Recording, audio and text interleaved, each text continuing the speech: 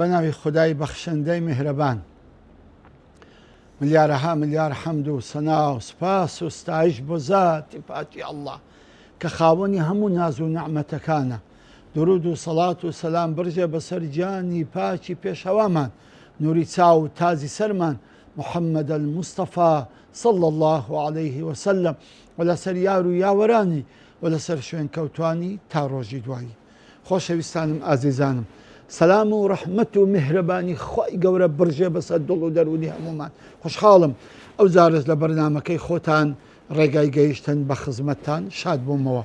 ئازیزانی من، ئەو جارە باسی مەقامێکی زۆر بەرزی عبودیەت دەکەین، ئەویش خۆشویستنی خوای متعالایە. طبعاً هیچ هونەری نییە ئینسان خوای خۆش بوێ، هیچ هونەر نییە، بەڵام هونەر ئەوەیە تۆ ببێ خۆشەویستی خوای جەلە وەعەلا. بەڕاستی هونەر لەوەیە کە تۆ ببێ خۆشەویستی ڕەب العالەمین جەلە وەعەلا. طبعاً ئەم ئیشەش دوو تەرەفەیە، چەندە ئەتوو خوای گەورەت خۆش بوێ ئەوەندەش خوای گەورە توی خۆش دەوێتە، وە زیاتریش وە قیاسش ناکرێ. اذكروني أذكركم ولئن شكرتم لأزيدنكم. ئەم معادلەکە وایە. بەڕاستی چەند ئەتوو یادی خوای گەورە بکەی، خوای گەورەش یادی تۆ دەکا، و لە شوێنێک کە زۆر بەبەرەکەتتر و پاکتر و گەورەتر و عەزیمتر. و تۆ چەند سوپاسی خوای گەورە بکەی لەسەر نیعمەتەکانی، خوا نیعمەتەکانیشت لە بۆ زیاد دەکا. و هەروەها چەندە خوات خۆش بوێ، چەندە خۆشویستنی خوای گەورە حیساب و کتابی لات هەبی، ئەوەندە تۆش لای خوای ڕەب العالەمین خۆشەویست و بەرز دەبیتەوە.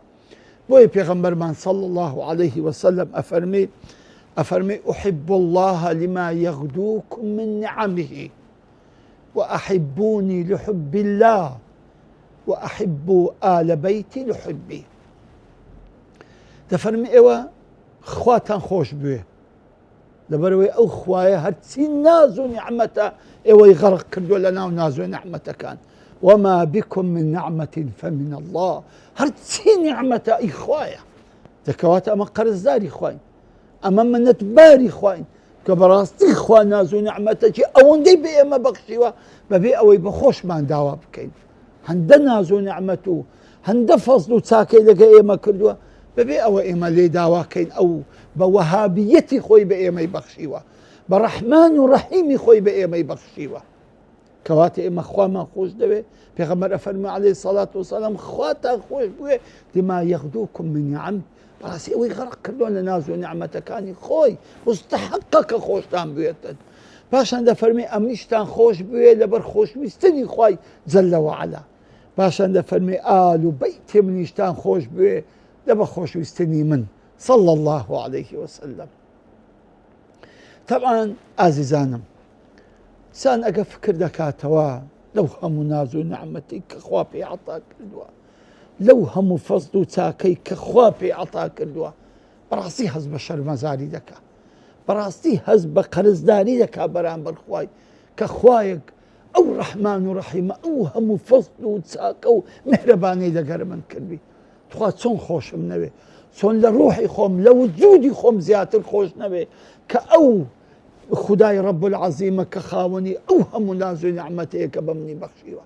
زە بۆیە عولەما و عاریفان دەفەرمێ هۆکاری خۆشویستن پێنجە، هەر پێنجیشی دەگەڕێتەوە بۆ خوای متعال. دەفەرمی ئەگەر کەسێکی خۆش دەوێت پێنج سەبەبی هەیە، هەر پێنج سەبەبەکەش سوبحان الله خوا موسەبیبی حەقیقی ئیشەکەیە. یەکەمین، تۆ مرۆڤەکان یەکتریان خۆش دەوێ لەبەرەوەی کەسێک چاکەی لەگەر کردووە، غەمی لێ خواردووی، بەهانای هاتووی و لە غەم و لە ناخۆشیەکان قوتاری کردووی و لە کێشەکان دەربازی کردووی وفەزل و چاکەی لەسەرت هەیە لۆیە خۆشت دەوێتن.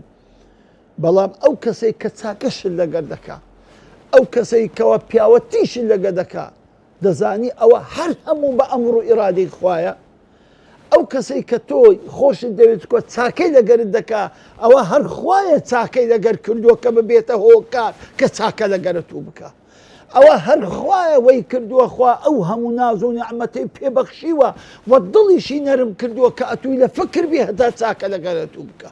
کەواتە سەبەبی حەقیقی هەر خوایە.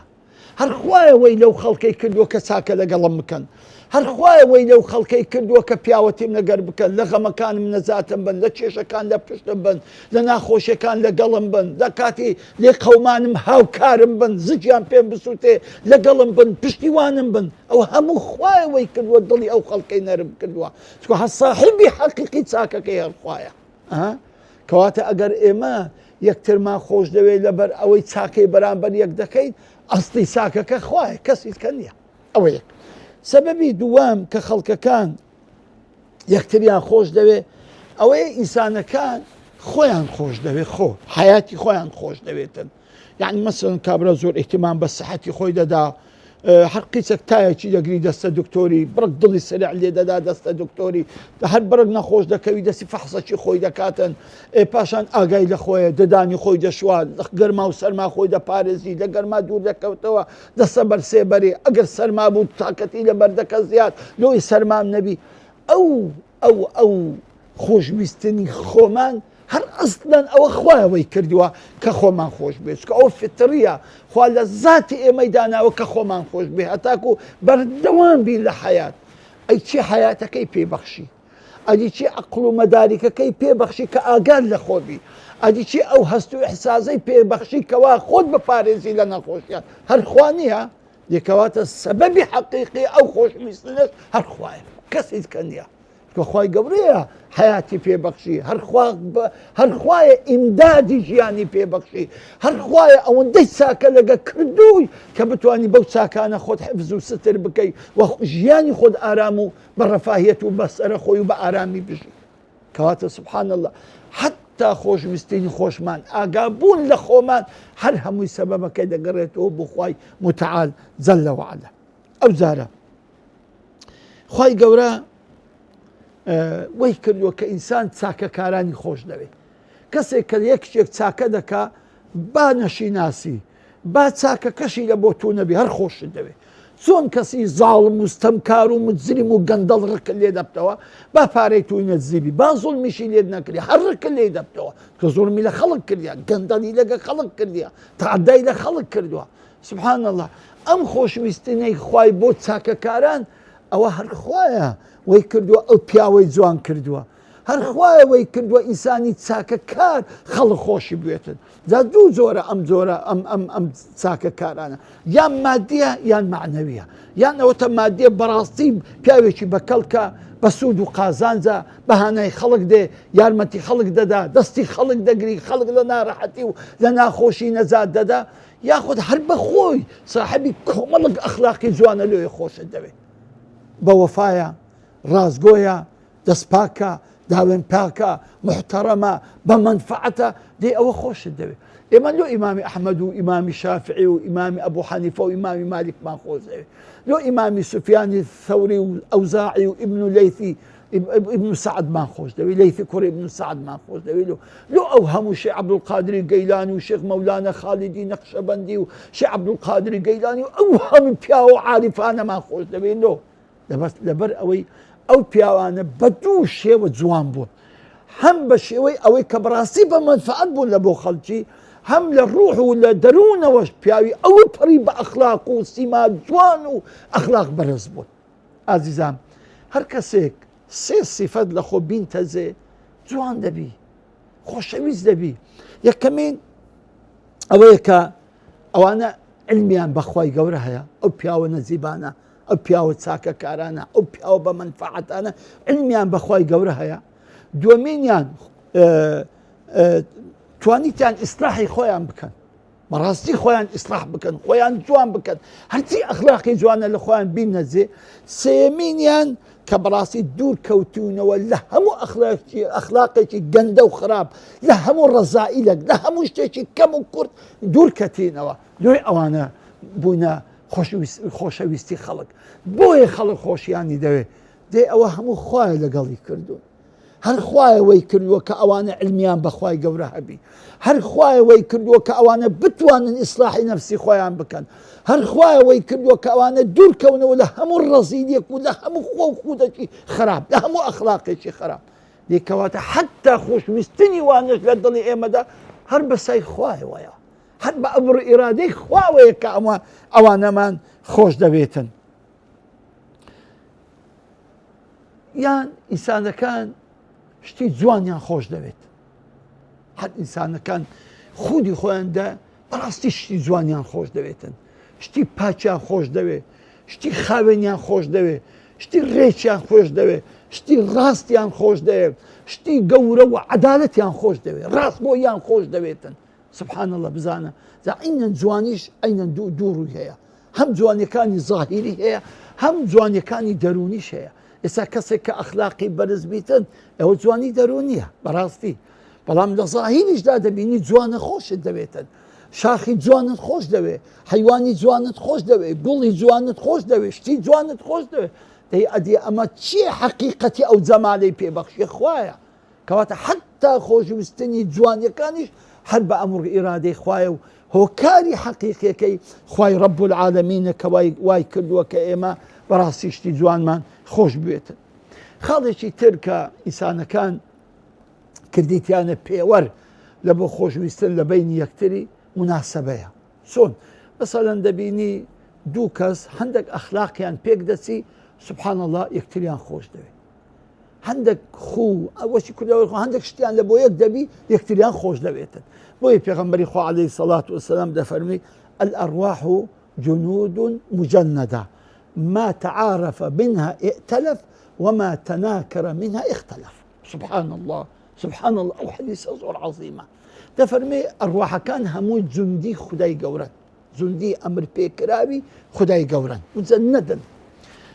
ئەوانەی کەوا تعارفە لێکتر نێزیک بوون، هەندێک ئەخلاقیان لێک نێزیک بوو، مناسبەك هەبوو لە بەینیان سبحان الله ئەو ڕوحانە لێکتر نێزیک دەبتەوە، جسمەکانیشیان بەسای ئەو ڕوحانە لێک نێزیک دەبتەوە. و ئەمما ئەگەر ئەو ڕوحانەی کەوا ما تەناکەرە منها ڕچیان لێک بۆەوە، ئەخلاقیان پێک نەدەکرد، هەست و نەستیان پێک نەدەکرد، ئەوە ئەمری خودای لێک دوور دەکەونەوە، جسمەکانی لێک دوور دەکەوتەوە. جا سبحان الله ئەوە لە چێ بەدیار دەکەوی. بزانە دەبینی ئەتون دەسێ دەورەچی دەسێ دەورەچی لەو دەورەی 100 کەس بەشداری کردیا، خۆتو نابێ برادری هەمووان. لەو دەورەی دەبینی 4-5 کەس زۆر دەبنە برادرت، ئەو 4-5 کەس دەبتە برادری، ئەو 4-5 کەس دەبتە برادری. بۆ ئەم 4-5 ڕوحە زۆر لە یەکتر نێزیکن، زۆر لە یەکتر ئاشنان، بۆیە بەڕاستی ینی لێک نێزیک دەبنەوە یەکتریان خۆش دەوێت. سبحان الله. ماڵعلم لەو دەورە 100 کەسێ هەندێک کەسێت هەر خۆشت داوێت، هەسەلامیشی لێ نەکە، حەزشی لێ نێبیبین. لۆ هەندێک شت ئێوە دەکا کە ڕوحەکان لێک دوورکەونەوە، لێ جسمەکانیش لێک دوور دەکەونەوە. کەواتە یەکێک لە هۆکاری خۆشویستن مناسبەیە، شتێکە لە بینی ئەو کوڕە ئەمن و ئەوە پێکەوە کارێک دەکەین، لە ڕێکخراوێکی لە شوێنێکی، لە وەزیفەیەکی، لە پیشەیەکی، بەسای ئەم ڕێکخراوە، بەسای ئەم ئیشە، بەسای ئەم مەشروعە دەبینی ئەوە دەبینە یەک و یەکترمان زۆر خۆشەوێ، هەلە بیریش ناکەیت لە ڕێ حەج و عەمرەی. ئەو هەموو خەڵکە دەسی دەبینی ماشەڵڵا ئەوەندە ڕوحەکان بە پاچی لەوێ یەکتر تەعارف دەکەن، هەموو یەکتریان خۆش دەوێت. کەواتە ئەو مناسبەتە ئەو شتە مناسبەیەکە کەوە لێ دەکە ئەوان یەکتریان خۆش دەوێت. ئەوەش بە ئەمری خوددایە، ئەوەش هەر ئەمری خوددایە بە ڕوحەکانی کردووە کە ئەم دوو ڕوحە زیاتریان یەکتر خۆش بێ، بەڵام ئەو دوو ڕوحە یەکتریان ڕق لێ ببتەوە کەیفیان بە سڕ و چاوی یەکتر نێت. سبحان الله. کەواتە هەموو هۆکارەکانی خۆشویستن کە ئینسانەکان کردیتیانە پێوەەر لە بۆ خۆشویستنی یەکتر، هەر هەمووی بە ئەمر و ئیرادەی خوایە. کەواتە ئەساسی هەموو خۆشویستینێکی رب العالەمینە. هەم لە یەکەم ڕابگرە، هەم لە یەکەم کە ئینسانەکان خۆیان خۆش دەوێت یان ئەو ئینسانانت خۆش دەوێت کە چاکەکار و بە ئیسیفادەن لە بۆ یان ئەو کەسانت خۆش دەوێت کە چاکەی لەگەر خەڵک دەکەن با چاکەیان لە بۆ توش نەبی یان ئەو کەسانت خۆش دەوێتن کەوا جوانن یان ئەو کەسانت خۆش دەوێت کە مناسبەیەکیان لە بینە هەر پێنج هۆکاری خۆشویستنی مرۆڤەکان سبحان الله هەمووی هۆکاری حەقیق و سەبەبی حەقیقی ئەڵڵایە جەلە وەعەلا دێکەواتە ئەتوو دەبی خوارد لە هەموو کەسێکی خۆشت بوێ چونکە هۆکاری ئیجادت هۆکاری جەماڵت هۆکاری ڕوحپاکیت هۆکاری چاکە و چاکە خوازیت هەموو خوایە کەواتە ئێمە دەبێ بگەینە ئەو حەقیقەتە کە بەڕاستی تەنها خوا شایستەی ئەوەیە کە لە ڕوح و جان و نەفس و ماڵ و منداڵی خۆت خۆشتر بێتن ئینشاءڵڵا لە دەرسی داهاتوو باسی کۆمەڵێک هۆکار دەکەین کە ئەم خۆشویستیانە زیاد دەکا بۆی بەردەوام لەسەر خۆشویستی خوا بژین چونکە کەسێک کە خوای خۆشویست عاشقی بوو بەڕاستی حەوڵ دەدا لێی نزیک ببتەوە حەوڵ دەدا لێی ڕازی بێ چەند مەقامێکی عەجائب هەیە وەچی هەندێک مەقام هەنە کە پێیان دەرێ ئونس یان پێ دەرێن شەوق یان پێ دەرێن ڕضا ئەوانە هەمووی بەرهەمی ئەو عشقە خوداییە و ئەو خۆشویستنی خوداییەیە کە ئینسان پێی دەگاتن تاکو دیدار بەخوای گەورەتان دەسپێرم سەلام عەلەیکم وەڕەحمەتوڵڵاهی وەبەرەکاتوه